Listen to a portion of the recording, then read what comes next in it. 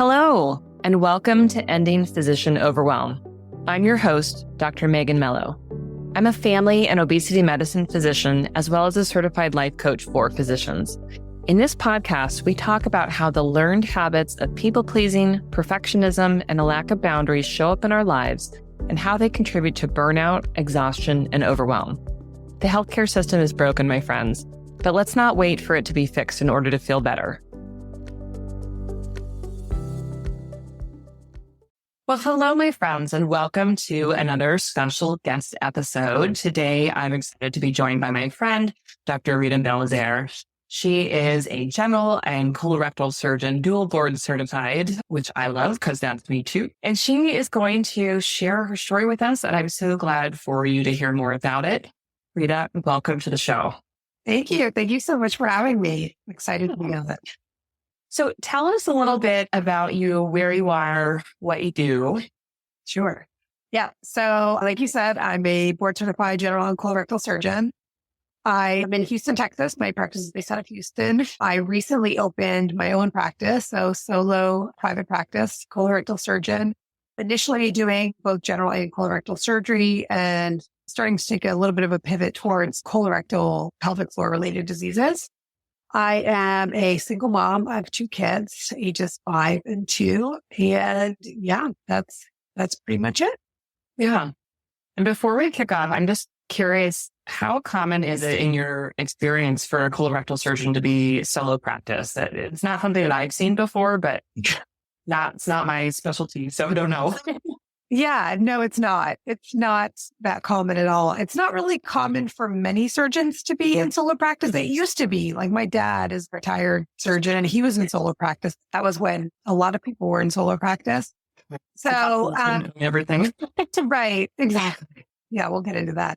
Yes. But, most people are in groups because coverage for a specialty like surgery is absolutely needed because even if your patient does well and leaves the hospital, there's always, risk of complications or bounce backs. And so you always want to be covered by other surgeons. So it's not usual to see somebody in solo, but it's not unheard of either.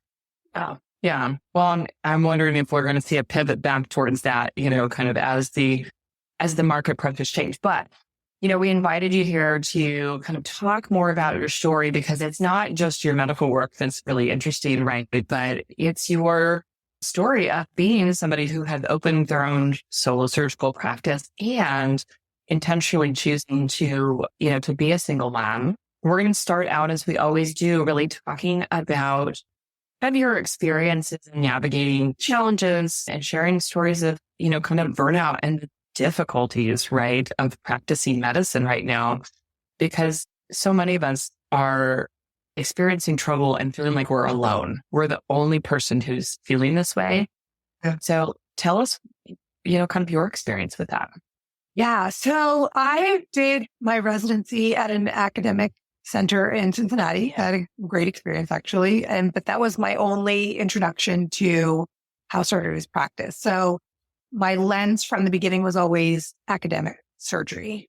So after graduating, I actually didn't match into my initial fellowship choice, which was surgical oncology. So I took a year and I did acute care surgery or emergency general surgery in the South Bronx while I was trying to figure that out at Montefiore. Again, that was another place with academics teaching residents, the same kind of pace that I was used to in residency. And then following that, I did do 1 year of fellowship.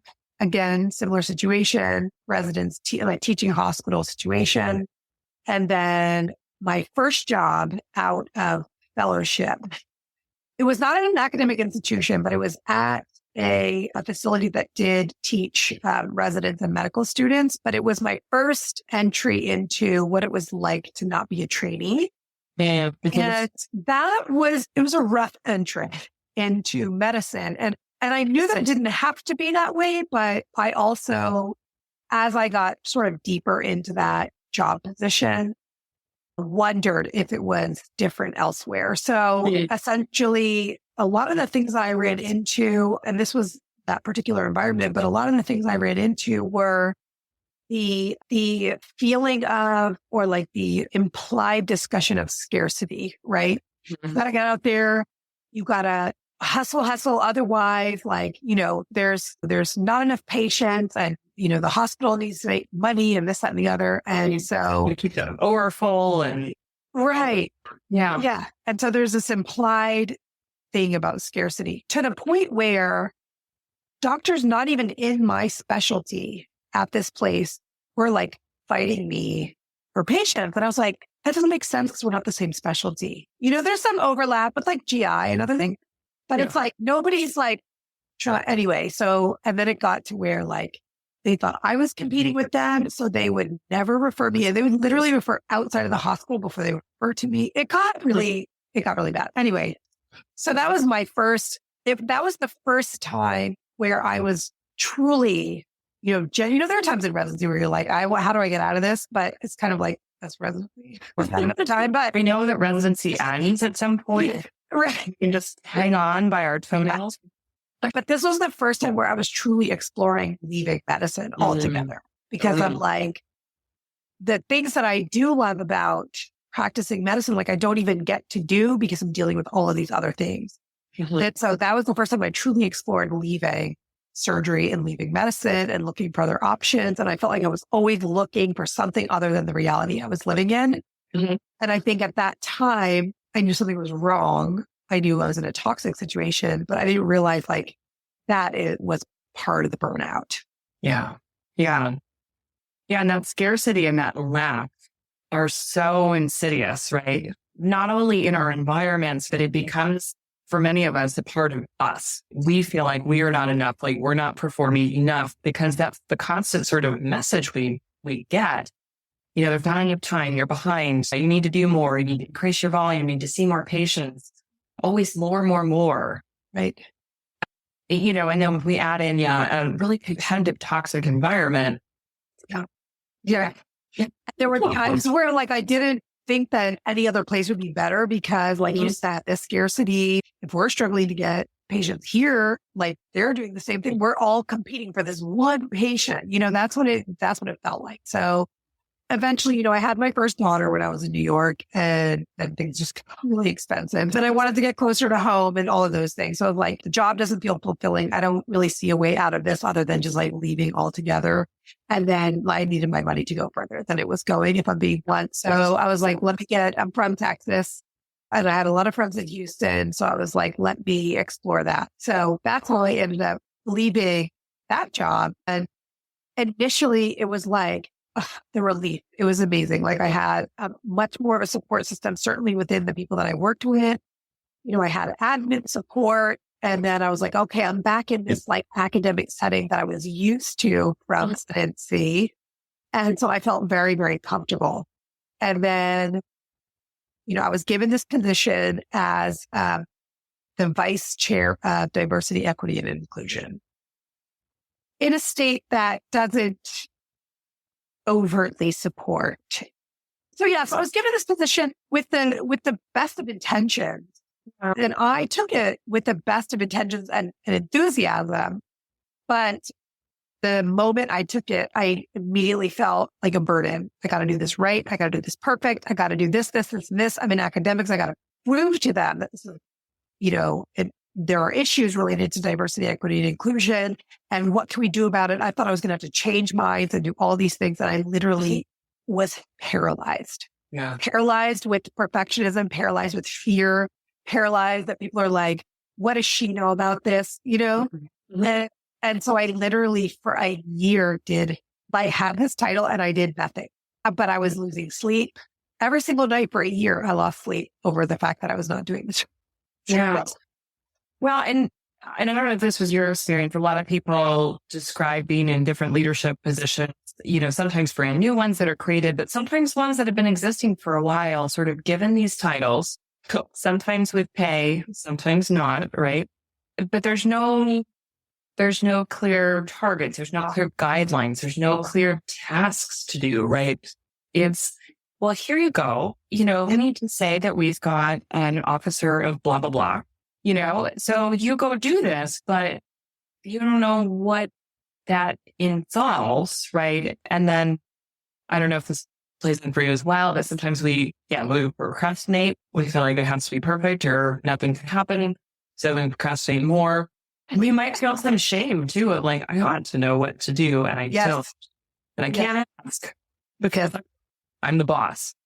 Tell us a little bit more about how that ended up unfolding. Like, okay, I didn't do anything. Then So, eventually I would get, like, every once in a while I would get inspired. Like, I'd see a video on something and like, oh yeah, I can do this, or I'll do this, whatever. At one point I got inspired to create a committee because I was like on this island alone, right? So I asked other faculty and some residents to join me on the committee. I made subcommittees and had them join, right? Like various subcommittees doing the work. And because I didn't have an admin for this position, I had to essentially if there were 6 people in this committee, figure out all of their schedules while I'm also still an academic surgeon with full time. I didn't get an FTE for it. I didn't get special time for this. Right. So all while also you get paid. I did get a stipend for it. Yeah. But no admin and no admin time. So I'm trying to schedule all these other busy surgeons and residents for a committee meeting. And I had 6 committees. So I had to do that 6 times. It was exhausting. Finally had my first committee meeting with everybody. We came up with some plan. I was feeling good. I was like, okay, I'm doing something now. It's imperfect, but I'm doing something. And I felt great. And then after those first subcommittee meetings, I was like, oh my God, I can't believe I now have to come up with a summary of all the tasks of what to do and then delegate them out and then reschedule all these meetings again. So anyway, I was it took me a year and a half almost to do all of that. That I finally got all those meetings done in a 2-month span. And I was like, I can't believe I have to do this all over. Because people were interested, but nobody was like, I will be the chair of this subcommittee. Don't you worry. I'm going to get everybody together. We're going to have it didn't happen. Yeah, nobody had ownership of it. Yeah.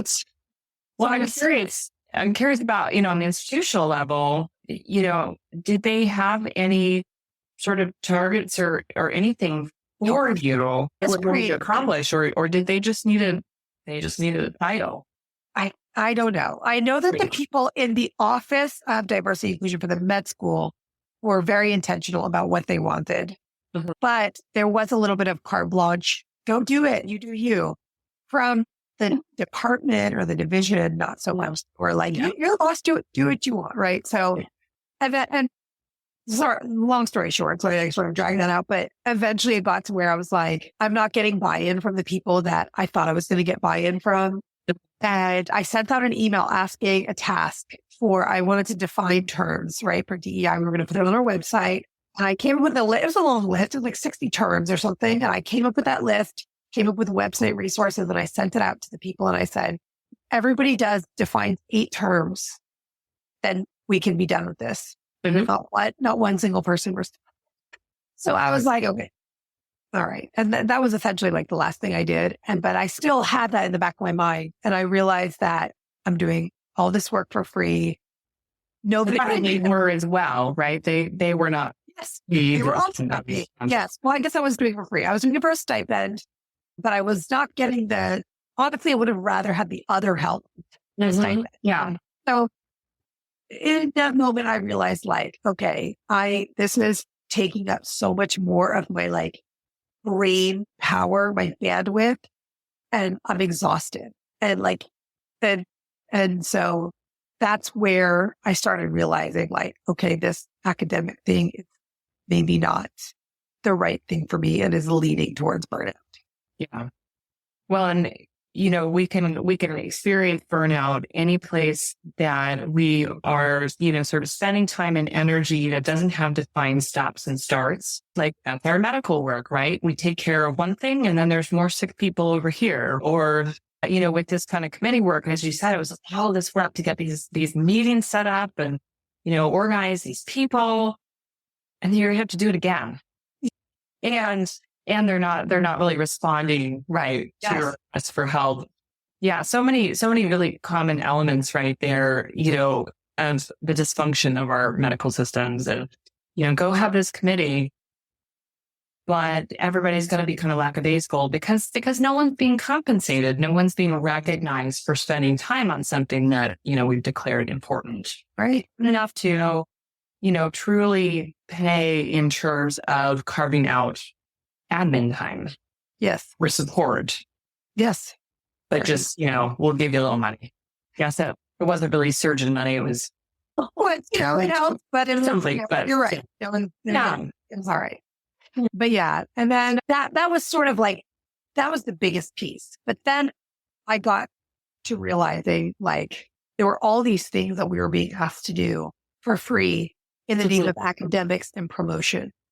And I guess I want a disclaimer here. It's not that I don't have an appreciation for academics. Like, obviously, the only reason that I could be a surgeon and doing techniques that are now standard of care is because somebody studied them and they became the standard of care, right? So it's not that I don't have an appreciation for that, but was this the right place for me? Was the carrot of promotion and doing all of this work, spending all this time away from my family and dedicating so much of it to work, was the carrot of becoming an associate professor enough for me? And that's when I realized, part of the realization was no, that's not what I want. That's not what I want for myself. Yeah. And that's so important, right? Because, so often we're looking at, titles, promotions, things that are amazing and wonderful, right? It's nice to have those titles, nice to be recognized for your work. But what I'm hearing is that when you sort of step back, right, and take an assessment of what is it that I want, what is that's important to me, that title really didn't mean much to you compared to what you wanted to be doing, right? Spending time with family, doing surgery, kind of taking care of patients, and whatever else was kind of on your list. Yeah. Yeah. It very much felt like, we're talking about the 20%. It made me realize like all of these things I'm doing because this is what I'm supposed to be doing in academics, but not in comes to do. Not what you want to do. Where I wanted to be. Yeah. And then, And then there was a final situation that happened a little over a year ago where I felt very devalued. I thought I'd had a good year. I had done these committees. I had done, more work in the DEI space. I had won a medical student award and a resident award. And I felt like I'd had a really good year. And I was actually happy with what I felt like I accomplished that year. And, I essentially got a message at one point that like, you're not as valuable. And you know what I mean? Like it wasn't stated that way, but somebody's action made me believe like, wow, they really don't care. Like it's not about me, Rita Belizaire. It's about like what human body can fill this position. Yeah. In that moment where I was like, and I suffer, I'm better now, but I suffer from real imposter syndrome. And I'm like, no one's ever going to value me more than myself. And as somebody who already like kind of devalues myself in this setting, like that's impressive that I feel like I'm my biggest. And so that's when I started really and truly taking inventory of like, what do I want for my life? And realizing that all of this work was burning me out and stressing me out and keeping me from my family and keeping me from a life that I wanted to live. Yeah. And I want to highlight that in case anybody missed it, right? That no one will ever value us more than ourselves, right? We are the ones who are inside our lives living as we do. And it's very normal when we are constantly sort of searching for that external validation, right? Searching to finally feel good enough, worthy. But really, ultimately, it comes down to us deciding and choosing to see our own worthiness, selves, and choose to put ourselves first, right? Choose to value what is it that I want? What do I want to be doing? What's important for me and my family? As opposed to staying in these career tracks that are, good. That's the usual path. That's what, a mentor thinks you should do, or your department chair or whatever, because it's so easy to fall into that, where we are just looking at what other people want for us and, still running into these situations, right? Where, we get a message that we're not as valuable as we think we are. Right. Yeah. Just, if we don't value ourselves in those moments, right, it just cuts us off at our knees. Yeah. Oh yeah. And to go along with that, having the realization that what I feel and want is just as, if not more important than what other people want from me. Like there was a lot of times where I felt selfish not doing things or saying no to things or choosing to go to a family thing or whatever, but instead just doing more work instead of saying, oh, I want to take this Friday off so we can leave a little earlier for our trip. And then feeling like, okay, well, somebody else has to cover for me and somebody else has to be called. And like, so at some point we have to value what we want. Right. More than like, you believe. Yes, exactly. And that's okay. Yes. Yeah. Yeah. Yeah. Yeah. Cause I think, often we part of us is waiting, right? Waiting for people to offer to do things for us, waiting for people to say, you've been working really hard, like go take a vacation, go take care of yourself, go do, something like this. And yeah, it's not going to happen. Yeah. And even when you do come back, and I guess this is probably for everyone everywhere, but when you come back, it's kind of like, it's almost like the relaxation you may have felt from your, 5-day vacation gets negated from all the stuff that you're having, all the fires you're having to put out because you left. Stuff waiting for you. Yeah. Stuff. Yeah. And let's talk a little bit about, this other part of your journey. You've counseled a number of women who are professionals of different stripes, as you say, including physicians who've chosen to become parents on their own. Tell us a little bit about that decision and, kind of the thought process that went along with that, because of course that was also unfolding, kind of throughout this period in the back. Right. Yeah. So they almost seem like two different topics, but they definitely overlap for a couple of reasons. Number one, as physicians, particularly as surgeons, our time to like adulthood, graduate high school, go to college, go to medical school, go to residency, and suddenly we're in our mid-30s and we're supposed to be adults, right? So we put off a lot of, not everybody, but a lot of us put off, the adulting things until we're done and can afford to do them, right? And then also your life is sort of, spent in the hospital as a resident, particularly a surgery resident. And so there's not time to sort of foster relationships and that sort of thing. So when I turned 35, I was a chief resident, and I always knew since I was a kid that I wanted to have kids. This was not like ever a revelation to me. I was always one of those people that felt like I wanted kids. So when I turned 35, I decided I was going to freeze my eggs for a number of reasons, but sort of the main one was I had in my head, and I don't know what the data shows, but I thought it was that at 35, there's kind of like a steep drop off in ovarian reserve. So I'm like, I'm a chief resident. I have a little more wiggle room to like, take a half or part of the day, run over and get whatever. So I actually like set it up where the place where I was doing the egg freezing was right next to the hospital, was the clinic affiliated with the hospital where I was rotating. I actually, we didn't have fertility benefits, but I was like, you know what? We've taken out loans and paid all this money for every other part of our lives. Like, why is this? So I took out a personal loan. I got information about egg freezing, ended up going through the process. I was lucky enough to get a decent yield from it.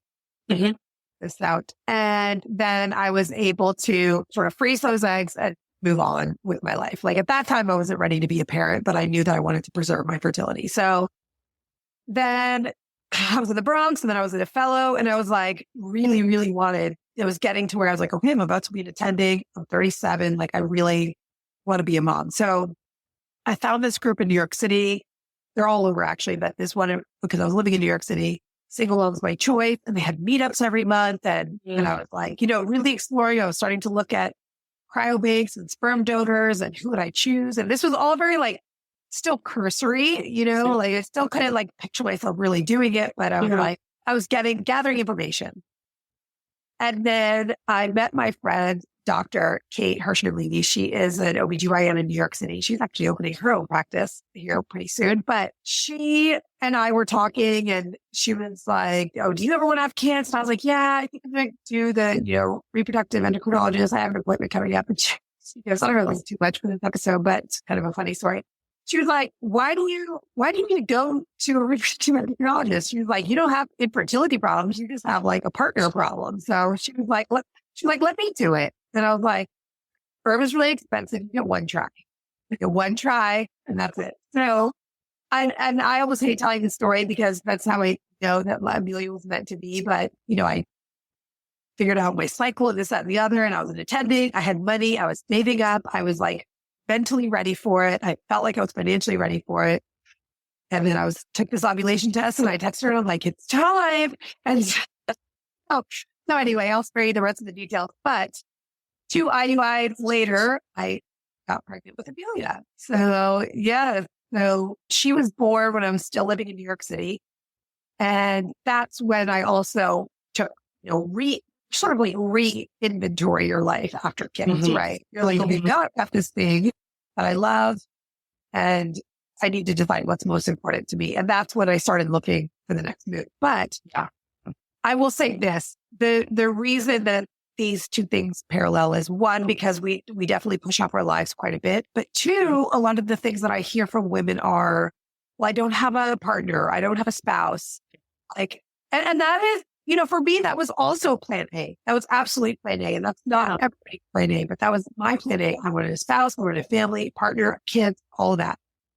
But a lot of people are still, somewhat wanting that or stuck on that and being like, I can't do this alone. I have to have a spouse to do it. Yeah.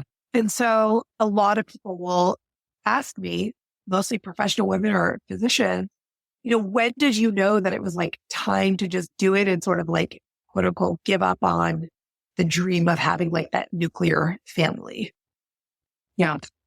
Yeah. So much self-doubt, right, can creep into that. And yeah, physician or not physician, I recall for a period of time, women coming in to see me, usually in their 30s, and telling me, I don't want kids. Is that okay? Is there something wrong? Because we have such fixed mindset of like, oh, well, we have to do things this way. Right. This is what we're here for. And if I don't have a partner, I'm not doing it the right way. Or if I, if I do it, but I don't want kids. Yeah. Right. So we're broken, such common themes. But yeah, so it wasn't your dream to be a single parent, but at some point you decided this is important enough to me. Yeah. This is the path. Right. Yes. Right. And I'm guessing that there was still fear there. There was still uncertainty and, just, I don't know how this is going to turn out. Right. Yeah. There was quite a bit. There was an uncertainty that I wanted to be a parent. That I would like to talk about. Yeah. And honestly, because I was so convicted in that and, surgeon, I'm a little stubborn. I honestly, and this is one of the fears many people have. I didn't have it, but whoever wasn't on board could get off the shit. I wasn't worried about who was going to abandon me. And I think it's because I felt safe knowing that the people that I wanted to be on this path with me were going to stay on the path with me. Yeah. But yeah, I mean, like, it wasn't plan A, but I knew at some point I was 37. I'm like, I'm done with the dating scene. Like, it's not working out for me. It has yet to work out for me. So I was like, it's time to move forward. And I went to this. I finally went to one of these events, the meetups for the single moms by choice in New York, because I got an email and it was like, our next meetup is here. And I looked and it was literally like 3 buildings down from me. And in New York City, that's like, that's a big deal, right? Like practically living. So I was like, okay, this is the sign. So I go to this thing, I meet this woman and I'll never forget her. And she had a little boy who I think was like 2.5 at the time. And I said to her, like, how did you know? Like, now's the time I'm going to do it. Like, I'm almost there. I really wanted, I picked out the donor and she looked at me and she was like, you sound to me like you're ready, but would you regret not being a mom 5 years from now? Mm-hmm. And I was like, absolutely. And she like, I think it's time to do it, And so just her saying that, like, think of yourself in the future, still pondering this and not doing this. And would you regret it? And it was like instant. And literally 4 months later, I was pregnant. Yeah. Well, and that's a good question to ask, right? When we're sort of dithering back and forth about something, am I going to regret doing this or not doing this? Yeah. Right. And for so many people that I talk to, might be considering like starting a business or, some other kind of big stepping away from, kind of the safe traditional path, whatever part of life that's in. And, we have so much fear sitting in front of us if we make that leap, especially if we're safe, right? We have a job and benefits and a salary and whatever else that looks like. But are you going to regret not doing that thing if you just stay put? Yeah. Yeah. Powerful question. It was a very powerful question. Yes. Tell us about sort of the pivot then to opening your own business, because I imagine there's some of that there as well. Yeah. There's a lot of similarities. Essentially, like if I can't Fear, uncertainty, regret, your lack of Also, just like if it's not working out for me the way it's supposed to work out, then I'm just going to make it work out for me the way I want it to work out for myself. So that is kind of where they parallel. Yeah. So in that moment about a year ago where I felt very unvalued and realized like I'm the only one who's going to value myself, and took an inventory of my life and did I really want academics and all that, I was like, that was really a truly pivotal moment. And I contacted my cousin who is a dermatologist in Cleveland, and she had been in a couple of private practices and started her own practice. Yeah. And I reached out to her and I'm like, can I do this? Is this something people do? And, and she's brilliant. She's awesome. And she's well put together. And she essentially said to me, like, of course you can do it. She was like, it's not, I'm going to say this wrong. It's not like simple, but it's like, you can learn it. It's easy. But it's not colorectal surgery. But she's like, you can learn how to do all of these things that we're paying other people to do. You can still learn how to do them. It doesn't matter that you don't know. And she's saying it's easy. It's easy. And now I know what she means by that. It's easy to like do the steps and learn about it. Like, is it easy to like build this like perfectly well-run practice with patients who cooperate with you and have the same goal? No, that part's never easy. But that's not easy anywhere. Yeah. But like, it wasn't like this, rocket science thing that I had to like get a whole degree over to figure out how to do. And so I leaned a lot on her. I leaned a lot on, Dr. Una's podcast, on TRMD podcast. That got me through so many, oh my gosh, I can't even tell you. And I had actually learned about Dr. Una's podcast through Amy Vertree's Boss podcast. So hers is the only one friends with. That's, it was like surgery oriented. So that one, I felt like there was a lot of that spoke to me. So, as I'm going through these steps, and I'm like, each time I took a step, I was like, oh my God, I'm going to throw up. Like everything, like, and I was doing it also in secret. I felt like I was living a double life because I still had but anyway, the point is in both of those situations, both becoming a mom and opening my own practice, those were very difficult decisions to make because it felt like there was a lot to lose. Yeah. But I had seen other people doing it, and with the right mindset and the right support and just a little bit of craziness, like, cause you have to be a little nuts to take the leap. It's happening, and am I doing any of it perfectly? No. Absolutely not. It's parenting, right? It's messy. It's imperfect. Oh God, it's so messy. We don't have instructions for it. We lean on others, right? We mess it up. We're trying to make it better. Yeah. But even in like my hardest times, would I go back to either not being a mom or not having my own business? Absolutely not. Not even in the hardest days. And in fact, the other day, my office was not yet built out yet. It's almost there. The floors and the painting are finally done. I brought my girls and, they're just like running from room to room and giggling. And I just like had a moment. I'm like, this is the moment.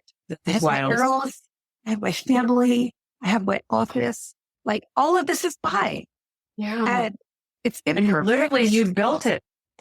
And we can talk about like considerations, particularly for like the single mom thing. I would love to talk about some considerations for that. But, we have the ability not only to learn, but to build a support system. I'm lucky that I have my mom here. I've got friends like you and all the other people in EVS. I've got friends that were very supportive, even that were employed, that were like so supportive of me and asking me how things were going. Like I had that support system, and you can create, nobody has to do this alone. Nobody can do this alone, actually. Have to have that support system. So for anybody to believe like I'm doing this alone is like, that's not happening. I have so many people that help me with things business related or family related. And that's the only way I could do it. Yeah. Well, share with us your considerations for single motherhood. Give us the quick version. The lowdown. Yeah. So I want to say it's slightly controversial. I don't know that it's controversial, but I joined this Facebook group called Donor Conceived Best Practices. And essentially it's a group of people who, donor conceived people. So people who are conceived either using donor egg, donor sperm, or donor embryos. Mm-hmm. And they range up to like age 60 and then, down into like 20s or whatever. And they, when I joined that group, it was a bit of a slap in the face because I was always like, I chose a donor specifically because he was okay with meeting them with the adulthood, where essentially like I couldn't ask for like, monetary things. He couldn't ask for custody situation. But what I learned is that a lot of these people that were conceived with donor gametes wanted to know their family, the other side of their family, from the moment they were, conceived or born. And it was very hard for me to wrap my mind around it until I thought about it from the context of like adoption. If I was adopted and my adoptive family told me, you are not allowed to know who your biological family is. I will not allow that. I will not give you access to that. I don't support you doing that. To me, that's pretty obvious. Like, okay, that's not okay. That's your mom. That's your blood. Those are your genetics. Doesn't matter like what kind of people they are. Like that's part of me, right? And when you think about it from that context, it's like, oh, that does make sense. Like, so something to consider when planning for donor conception would be to listen to the voices of donor conceived people because those are going to be your children. Those are my children. And, I want them to have the most well-adjusted, happy lives possible. And even if it feels uncomfortable or foreign to me, it made sense for me to know who the donor, their genetic dad is, and see if I can foster that relationship. And it's controversial for a variety of reasons. People often cite that, we signed a contract or whatnot. Not to, but that would just be my consideration prior to going into it. And if I did it again, I would just think about that a little bit more. I love that because I often have adopted people in my practice who have nothing. They have no history. They were never told anything. And to think about it from that perspective, I think is not something that comes obvious to many of us because we're just thinking, oh gosh, I'm going to do this. What is it like to raise children? Do I have support and all this? But really thinking about it from the person's perspective who will grow up experiencing, okay, I'm the child of single mom and a donor dad. What will that look like? So thank you for sharing that. Yeah. For someone who is listening to us talk, right, and they're hearing sort of parts of their journey, parts of their dilemmas and questions in your story, what is something that you can share with them that you wish that you could have heard, during one of your times of struggle? Yeah. I mean, I think, speaking to physicians, let's say, we clearly are able to make sound decisions. We're clearly able to make adult decisions. So I would recommend to people that are looking for something different or feel like they're in that position where they need something different, really and truly sit down with yourself, take inventory of what you want. Like paint a picture of, get a Google document out and just bullet points, write down, what does my perfect life look like? And then when you realize, oh, this very important thing that like my job, for example, is not part of this dream, then it is okay to pivot. It feels unokay. It feels because we've worked so hard, like a bajillion years to get to where we're sitting here at this job. Yeah. It is okay to pivot. And you and I see people doing this in their 50s and 60s, and they are so much happier. So it is also never too late to pivot. Yeah. So we're able to know who we are, how to make decisions for ourselves. Listen to yourself. It is never too late. And we have the capacity to learn and do really hard things. And so we should always listen to that. And I'm glad that I did it. Yeah. Yeah. One of our, friends, she came on the show and was talking about, not listening for a while to the voice inside her telling her to do something, right? And it's that same idea of something might be calling to you inside, and we're so used to squashing everything down, thinking, no, I can't do that. I can't do that. I've made it this far. I wanted this. It's okay to change your mind. It's okay to tune in, right? And think, who are we right now? And what do we need and want right now? Yeah. Yeah. And that every season of life may make you want something even 180 degrees different than what you wanted 20 years ago. And that is essentially what happened to me too. Yeah. That's also okay. A full-blown pivot is okay. Yes. Well, Ritha, for anybody who's listening and they are curious about your practice or want to get in touch with you, where can they find out more information? Yeah. So I'm in Houston, Texas. My practice is called Houston Community Surgical. It's general and colorectal with a focus on pelvic floor. My website is www.houstoncommunitysurgical.com, and phone number, contact information, all that is on the website. Great. Well, thank you so much. Ritha, thanks so much for joining us on this episode. It's just been wonderful to talk with you and hear more about your story. And I am sure that listeners will really resonate with some of the things that you shared. So thank you for your time today. Yes, of course. Thank you so much for having me. This was fun. All right, my friends, that's it for today's episode. Be sure to catch us next week. Until then, bye-bye.